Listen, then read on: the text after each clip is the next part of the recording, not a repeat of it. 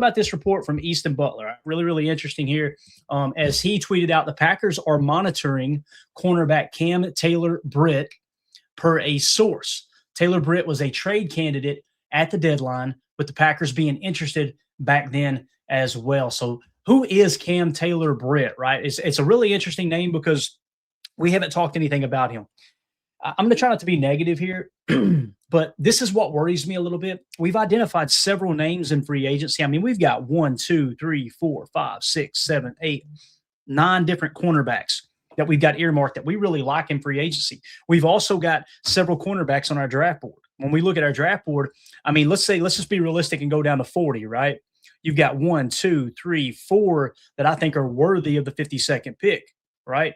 And then, of course, around pick 84, you've got 3 more guys that kind of fall into that range. So we've got our list, right? We're all excited about cornerback. We're excited about how can they improve this room in a cornerback room where I think the argument is probably that Keyshawn Nixon is currently your number 1 corner. The problem is Brian Gutekunst typically goes in a different direction, right? Now, why does he do that? You got to ask yourself that. Why would they be showing interest in Cam Taylor-Britt? Now, keep in mind, there's no doubt in my mind, Easton Butler is great at what he does.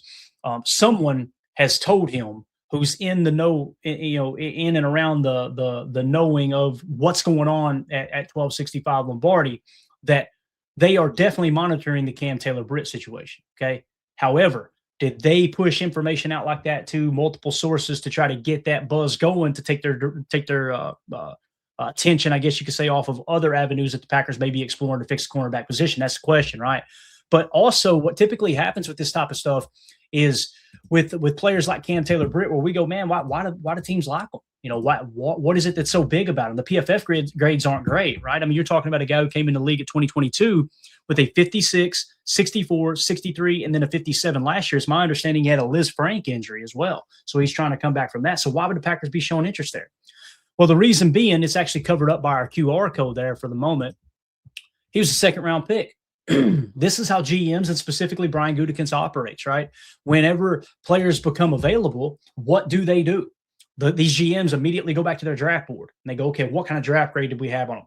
And then they'll go to, what did our scouts have their NFL grade at? How have they looked on tape up to this point, right? Because they got guys watching film constantly in that building, right? So they may look up and go, well, we think he played well. PFF doesn't know what they're talking about. Forget the passer rating when targeted. Forget all these different metrics that you can use, right? We kind of like the way the tape looked. If his market's down, let's go get him because we had a high 2nd-round grade on him, right? That's typically how these things surface. So it concerns me a little bit because there's other players, like I would much, much, much rather have Trayvon Diggs back in Green Bay than Cam Taylor-Britt. That's me personally. Trayvon Diggs has shown all-pro potential, right? And as that defense completely collapsed and fell apart in Dallas, his play went down with it. You bring him to Green Bay, albeit he just played in 1 game, and it was against the Vikings last game of the season. Guys, he was hands down the best cornerback on the field.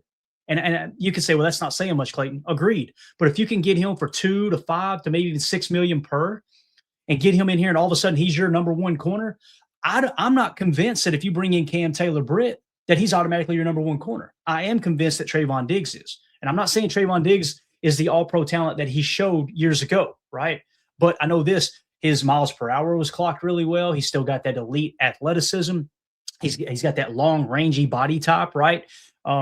I don't know, man. I would just be more excited about a Trayvon Diggs, potentially cheaper than a Cam Taylor-Britt, if you end up going that route. So again, I'm not completely sold or impressed with Cam Taylor-Britt. Let's look at the rest of the options here at the cornerback position real quick. So when you look at over at NFL IQ, maybe a little hard for you guys to see. Hopefully you can see it well enough here. Here's what we're looking at, guys. It's basically got 2026 NFL rosters at the cornerback position in the AAV. Okay, I'm going to try not to squint like a crackhead here where the eyes are getting bad on Papal Bailey. But Sauce Gardner leading the way at 30.1 million AAV. Derek Stingley, 30 million. J.C. Horn, 25 million. Pat Surtain, 24 million. Deron Bland, obviously teammate of Trayvon Diggs. He got paid $22.5 million, right? That's a perfect example of what not to do when you're modeling your roster. You never want to pay 2 cornerbacks cornerback 1 money.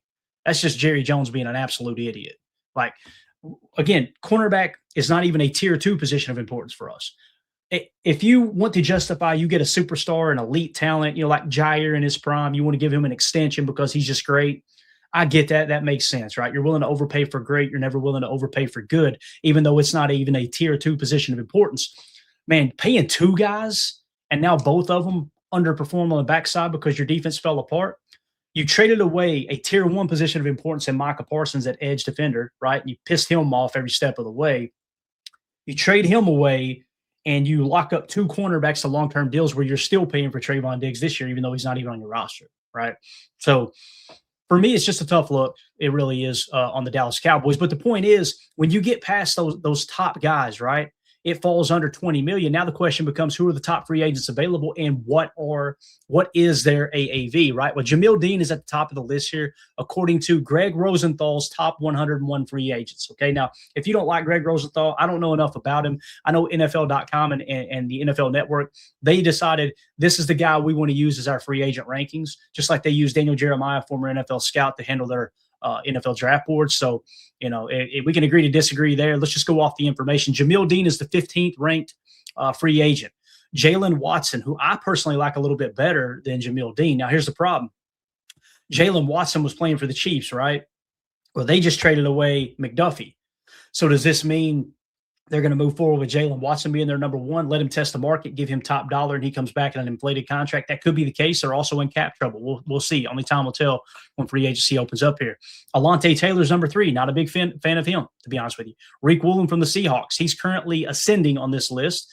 He's the number 36 free agent. I'm not a big fan of him. Nashawn Wright, I can be sold on. However, I think some of his numbers were inflated, kind of like Trayvon Diggs. It would be like, if you came to me and said, Clayton, would you be willing to pay Trayvon Diggs $15 million right now? Absolutely not. I'm talking about Trayvon Diggs at $5 million. And that's what his market value is currently showing at, right? So wouldn't like Nashawn Wright as a top free agent. Cordell Flott, right? No. Josh Joby, no. Monteric Brown, yes. He's one I've got earmarked. I really like Monteric Brown for the right price. He's 27 years old. I think that's a guy, to me, he is more appealing than obviously Cam Taylor-Britt. I would rather go that direction with someone like I said, a Monteric Brown. Greg Newsome, I'm not a big fan of. Another guy that I think it was a former 2nd-round pick. Maybe he was a first. That draft status is keeping him in the league. He does not look like a great football player. Again, is he above average to good? Probably. But if you're going to have to overpay for him because there's more of a market there, be careful, right? They've got Trayvon Diggs in the top 100 of free agents available at number 91. I like that ranking. You guys know I'm on board with Trayvon Diggs for the right price. So on this list, according to Greg Rosenthal's short list, 2 guys that I have earmarked that he has earmarked as well, and we're kind of zeroing in the scope here, right? Monteric Brown and Trayvon Diggs. Give me one of those 2 guys over Cam Taylor-Britt. That's just my personal opinion. And I don't even know if he has Cam Taylor-Britt on this list. He does. He's significantly lower on the list. He's not even ranked in the top 101 free agents there, according to Greg Rosenthal. So, again, when you kind of look at those are the 2 numbers on this list that line up for me, Monteric Brown and Trayvon Diggs. Now, when you go to the draft board, who are the top cornerbacks according to Daniel Jeremiah's top 50? All right. Notice it's not sorted by anything other than, I don't think we can sort it on this. Maybe we can sort it on this menu. We'll try in just a second because it's got like a next gen score for them. But according to Daniel Jeremiah's top 50, they got Mansour Delane out of LSU at number 8. You got Jermod McCoy out of Tennessee at number 13. You got Colton Hood in number 26 out of Tennessee as well. Avion Terrell, cornerback out of Clemson at number 30. Brandon Cease out of South Carolina at 37. Keontae Scott out of Miami at 45. Notice our boy Chris Johnson was not in his top 50, although you look at the grade to the side there from next gen, 79 is the points that they gave him there. All right, so just keep that in mind. Now you've got Amari Harvey, D'Angelo Pons. The way we've got this in our order on our board, and we need to get it updated completely, but we had Chris Johnson in the 34 spot. We had D'Angelo Pons at 40. We had Keith Abney at 43, Brandon Cease at 44, and then we had Keontae Scott, who's versatile. Some people see him as a slot or a safety. We had him in the 59 spot. Then it drops off to like Davison Igbinosun, Julian Neal, and Chandler Rivers. Obviously, some of those guys are not going to meet the athletic thresholds that Gutey likes. D'Angelo Pons is the prime suspect for that critique.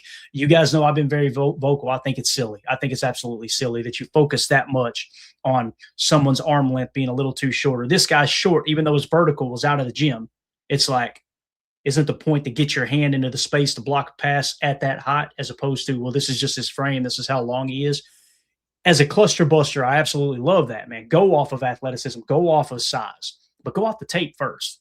And D'Angelo Pons just jumps off the tape, no pun intended. He is a phenomenal cornerback prospect. So, again, that's kind of the way I look at it. I'm not saying I know more than Gutey or any other. The worst GM in the league, guys, to whoever you think that is, they have forgotten more about football evaluation than this guy right here will ever know. I promise you. So don't take it the wrong way. I'm just kind of comparing my notes, my draft board, my studies to other people's, and that's how I would approach that. Okay, I would go Monteric Brown or Trayvon Diggs in free agency based off of this list right here, because Jalen Watson and Jamil Dean are probably going to be priced out of your range. And then when it comes to the draft, I'm looking at Chris Johnson or D'Angelo Pons. Right. Let's see if it'll let us sort this real quick. It probably won't. Oh, maybe it will. Let's see. Let's go descending here.